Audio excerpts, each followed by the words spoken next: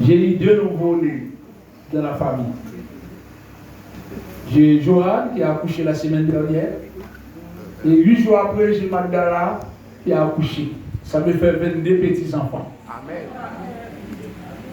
Mais vous savez, pour que les enfants soient devenus grands, parce que les enfants, un jour, ils seront grands.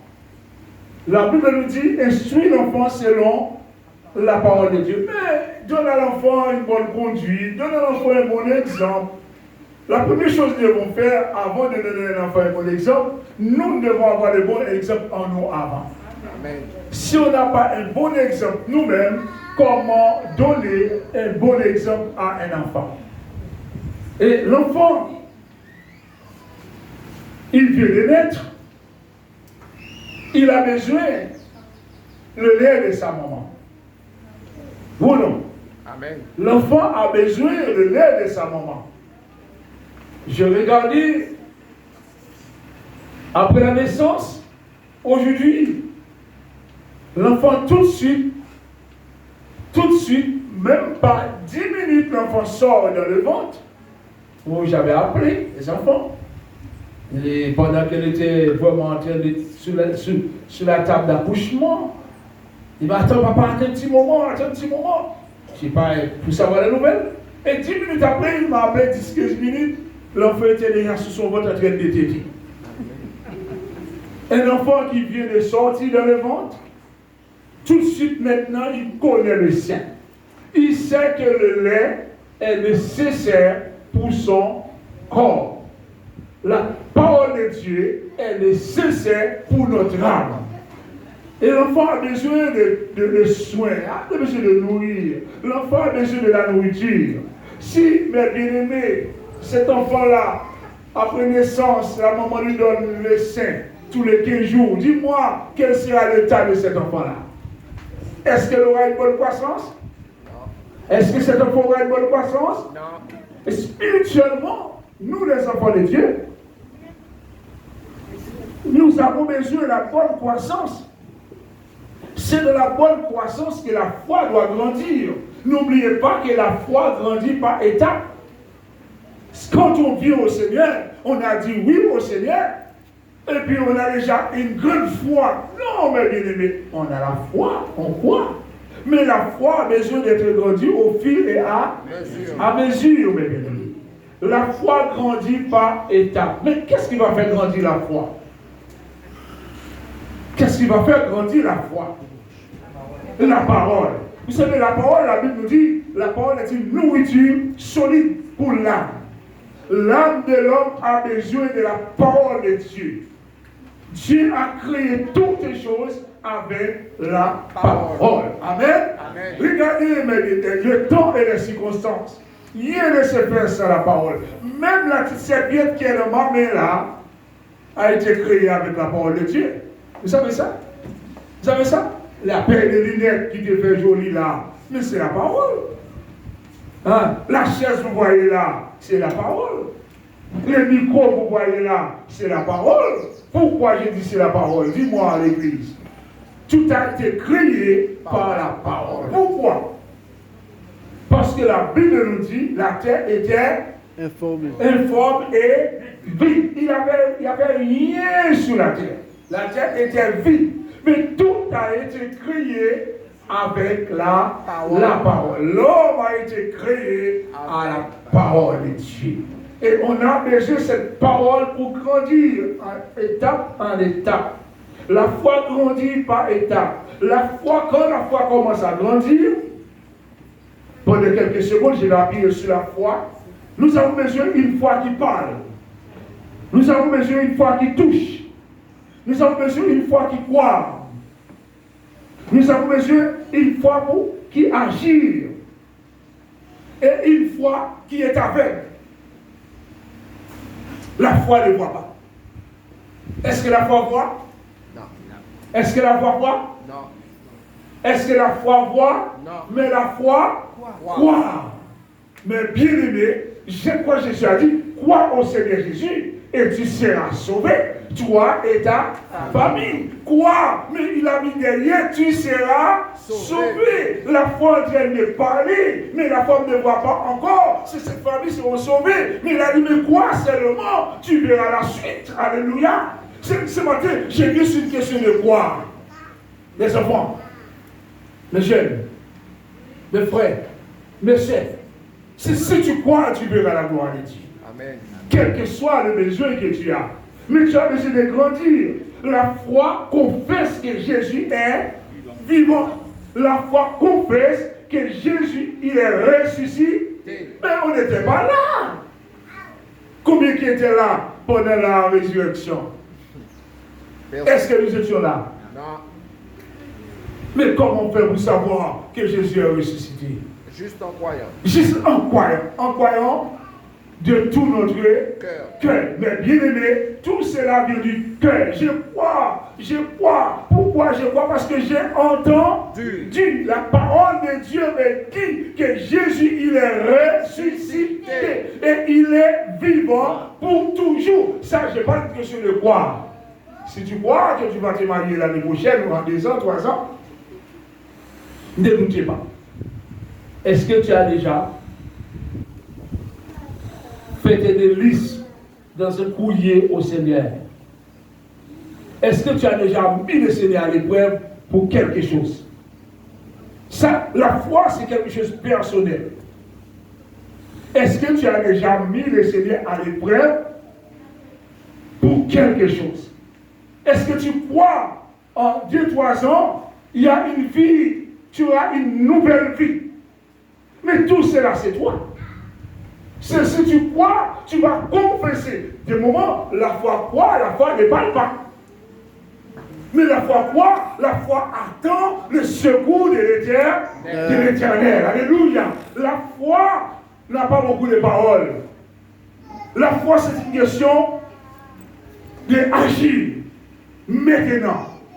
Oh, alléluia. Jésus a regardé cette femme, il a dit, écoute-moi. Si tu crois, tu verras la gloire de Dieu.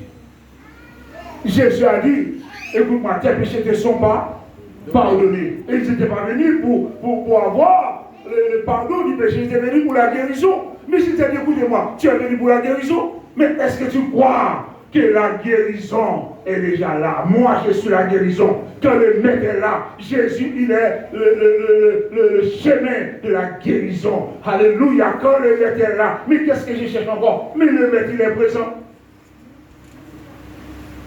Nous devons croire ce matin. La foi confesse. Même bien aimé, la foi confesse des bonnes choses. Si tu confesses que ton enfant sera un vagabond, ton enfant sera un vagabond. Bon, si tu confesses que ton enfant sera un voleur, plus il va grandir, il va voler la fête des gens. Mais n'oubliez pas, c'est toi qui as envoyé une parole de malédiction après ton enfant. Amen. N'oubliez pas, ta bouche bénie, ta bouche maudite. Des moments, il y a la souffrance des moments parce qu'on a confessé une parole sur nos enfants. Les parents, aujourd'hui nous sommes devenus parents, mais aussi des moments, nos parents aussi confessent des paroles contre nous. Mais il n'y a qu'une personne qui peut changer cette parole de malédiction en bénédiction, c'est Jésus-Christ lui-même. Amen. Amen. Est-ce que vous le croyez? Est-ce que vous le croyez? Jésus change la situation.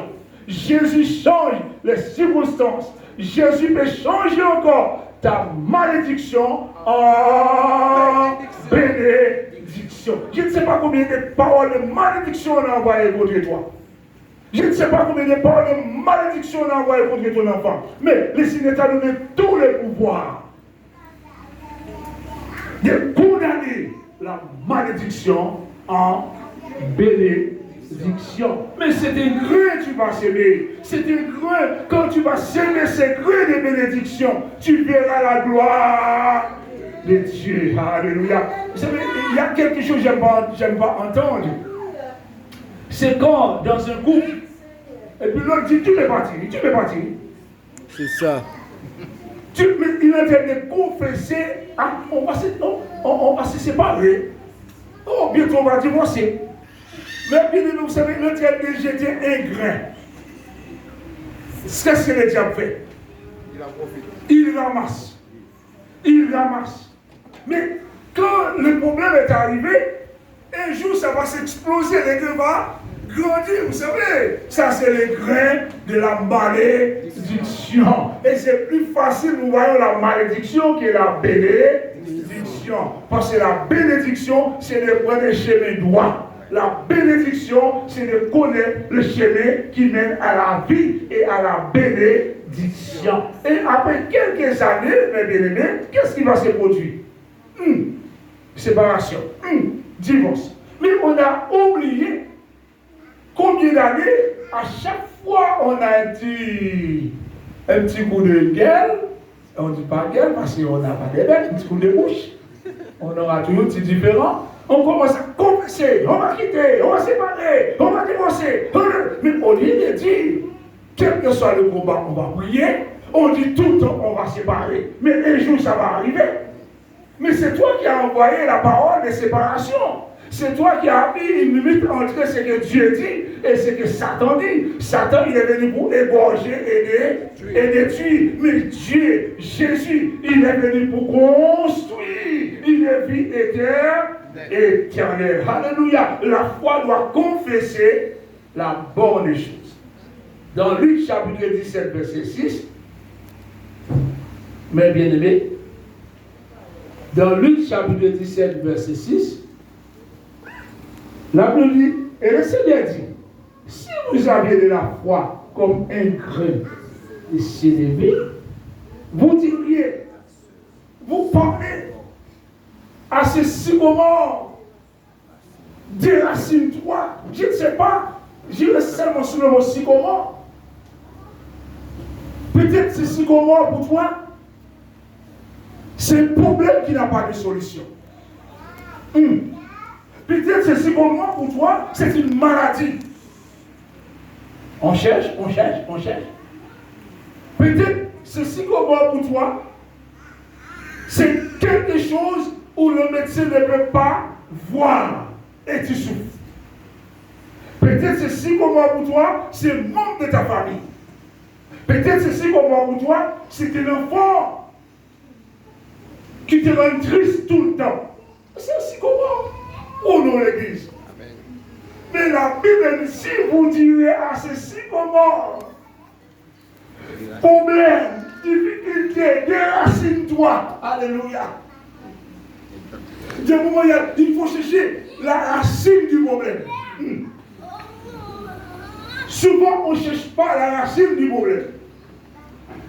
Ou, par les dire, pour que ce sycomore soit déraciné, il faut aller dans la racine.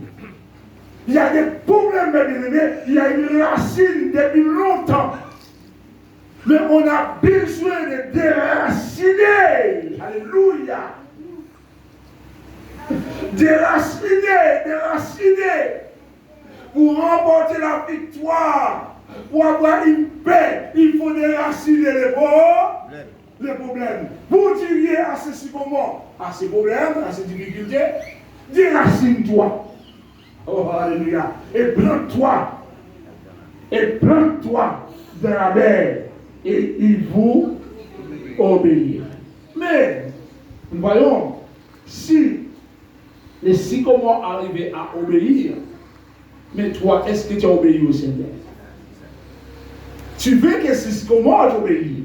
Combien qui veut le sycomore obéir? C'est simple ce matin. Je n'ai pas vu. Je ne connais pas ta prière. Je ne sais pas ce que tu attends du Seigneur. Je ne sais pas le vœu de ton cœur. Mais si tu as dit à ces sycomores d'obéir, tu veux que ces sycomores t'obéissent ou non? Mais toi, est-ce que tu obéis à ce que le Seigneur t'a dit de faire? Souvent, on veut que le Seigneur obéisse. Seigneur, obéis-moi. Seigneur, j'ai prié, tu ne réponds pas. Mais écoutez-moi, est-ce que toi, tu obéis au Seigneur? Tu veux que le problème soit disparu. Et toi, est-ce que tu es prêt à obéir à ce que le Seigneur t'a demandé de faire? Il y a des sycomores de la vie de l'homme. Mais le Seigneur nous a donné tout le pouvoir pour parler, mes bien-aimés. Pour parler. Pour parler et probablement sur les plans les plus mal compris dans toutes les Écritures, c'est le mot de la foi déraciné. La Bible nous dit plus loin, dans Marc 11, verset 23, Marc chapitre 11, verset 23, Alléluia, on a besoin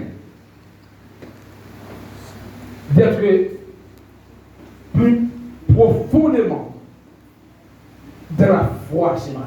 Vous savez, l'église ne va pas sans la foi. Le combat ne marche pas sans la foi. Ta persévérance ne va pas sans la foi. Il y a des choses à déraciner dans nos vies. Je vous le dis, en vérité,